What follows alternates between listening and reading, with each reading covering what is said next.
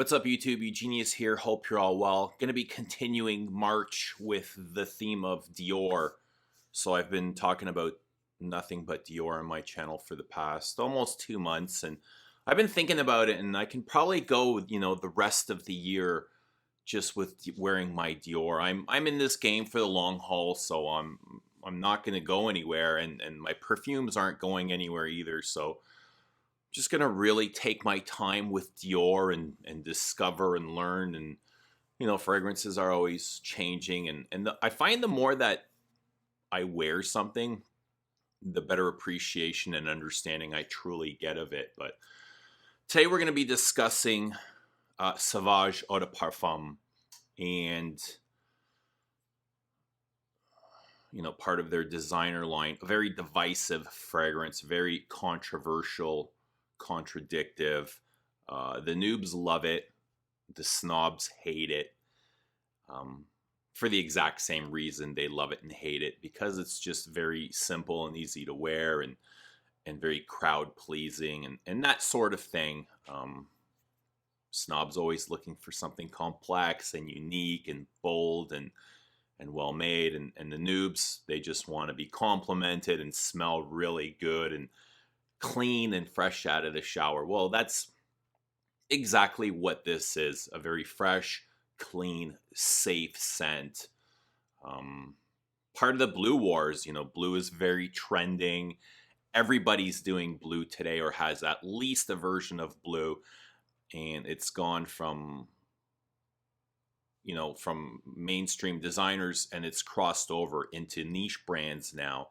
But Chanel's obviously started the whole blue trend, and obviously Demachy's fascination with blue and following, with fascination with Chanel, and constantly having the need to follow in Chanel's footsteps, has decided to do Sauvage. And even though Sauvage does smell blue, it doesn't smell like bleu, thankfully, because Francois, again, he likes to take inspiration from a lot of the Chanel creations. It is probably a dumbed down version of bleu. Bleu is a little bit more sophisticated and grown up, and this is more of a crowd pleasing, easier to wear, maybe an even easier to understand fragrance. Bleu, you need to put a little bit more thought and effort and time to understand it than you do with Sauvage. Yeah, but just a fragrance that's just kind of captured our digital age today. That's what it seems like to me. A very distracted age. A lot of subconscious kids going around unaware of their surroundings, and that's kind of what Sauvage reminds me of. It's a, to me, when I wear the EDP, the Eau de Parfum, it's the genre that I take from this is a Fougere, but it's not a traditional barbershop Fougere. There's barbershop Fougere elements to this.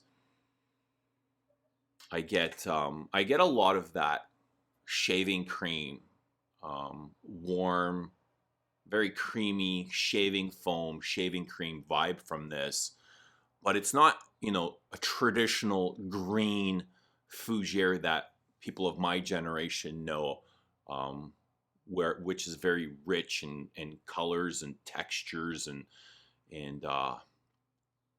high-end citruses, petitgrains, nerolis, bergamots, and then your scratchy lavenders, very textured lavenders and patchoulis and stuff like that.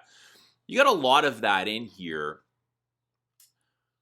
It's just overdosed and saturated with that Ambrox, and that Ambrox almost acts like a sponge, and all those other notes are really absorbed, and they're masked by that Ambroxan, that chemical compound in here.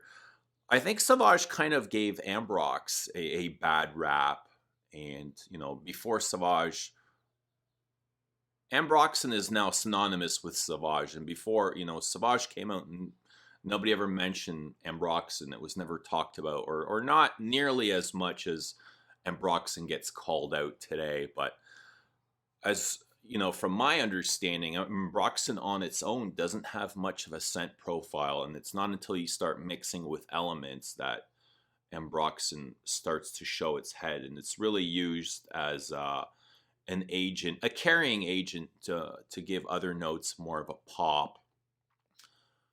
And I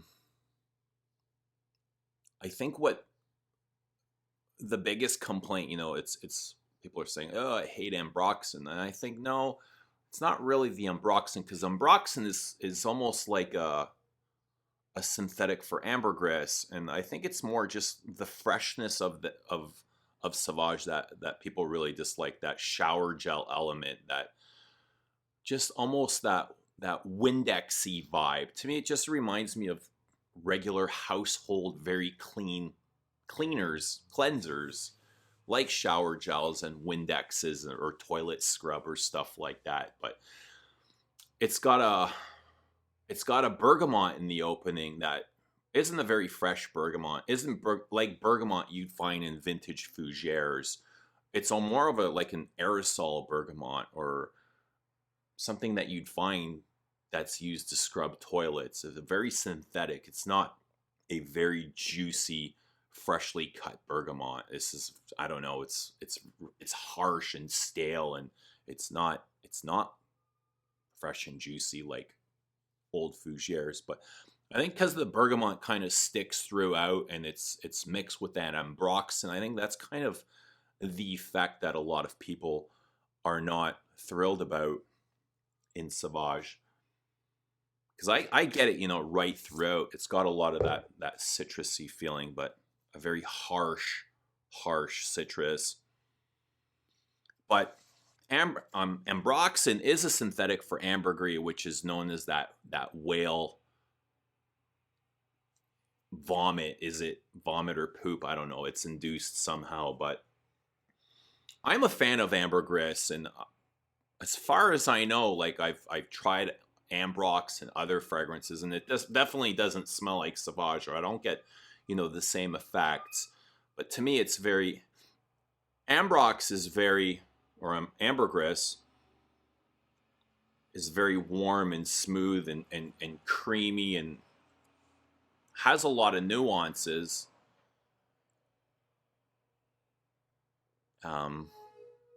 You know, it can be aldehydic, it can be salty, it can be soapy, which this is. It can have you know, the marine-like qualities, because it's been bobbing up and down in the ocean for, you know, it could be decades before somebody actually finds this. So it takes on that marine accord, or slight marine accords.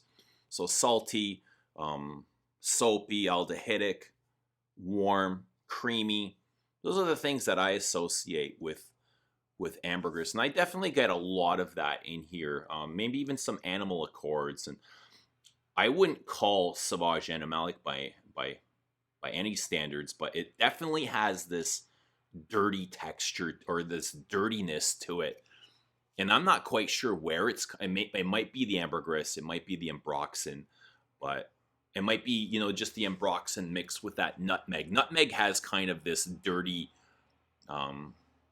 spiced nuance to it. So it just might be that. But there's definitely something dirty and somewhat challenging to this fragrance. And it's very gray. I get a lot of gray colors and textures to it. Almost more gray than I do blue. So I do, you know, I get that bergamot in the opening, and it took me several wearings to really figure out what notes are in here, just because the Ambroxan has such a huge effect on this. And, you know, there's, I can pick up notes of anise, of lavender, patchouli, and some pepperiness, but they're not to the effect of things that I'm familiar with wearing mostly high-end perfumes. They actually seem quite, like, very different to me, almost cheaper in standards. And it did take me quite a bit of time to actually figure these out. It's just like Sauvage to me is almost one big aroma chemical instead of a bunch of high-end notes put together. But all these kind of form together to give me this spicy, peppery shaving cream vibe. A very nice shaving foam, and that's what I get in the heart. And it's not bad, you know. It's a very mass appealing scent. The scent to me reminds me of, you know, probably things that I could find in the house that, you know, I've got lying around here used to clean appliances or kitchen tiles or bathroom tiles or stuff like that. And I think that's kind of where the peel is lost on snobs. Also, you know, just the dry down, it kind of dries down into this really fresh, very clean, right out of the shower gel. And that's, you know, another point lost for snobs. Nobody really wants to smell like a $2.99 shower gel. Shower gel to me is gross. I can't stand the smell out of it. When I use a shower gel, which is rarely, and I come out, I can smell it on my skin for hours afterwards, and it's just very harsh and clinical, and it's not fun at all. But I don't know. I think technically, you know, Sauvage is a great fragrance. It does what it's supposed to do. It changes, it evolves. It's got a lot of depth. It doesn't fall flat on me. I like technically what Sauvage does, but the snob part of me, conceptually, I don't get with this fragrance. It's just it's very basic and it's immature, and you know, I think it's great for a young man that's just entering high school, or I don't know, up until I don't know what age, but for a young person, I think it's a great fragrance. Almost an introduction into Fougere's, Barbershop Fougere's. This to me is a straight up digital Barbershop Fougere of a new age. Kind of a strange Fougere, especially with that shower gel in the base. You know, the shower gel, the base is almost plays out on, like an oriental to me, without those ambers and benzoins and vanillas, just the way it reacts. But I think technically a fantastic fragrance.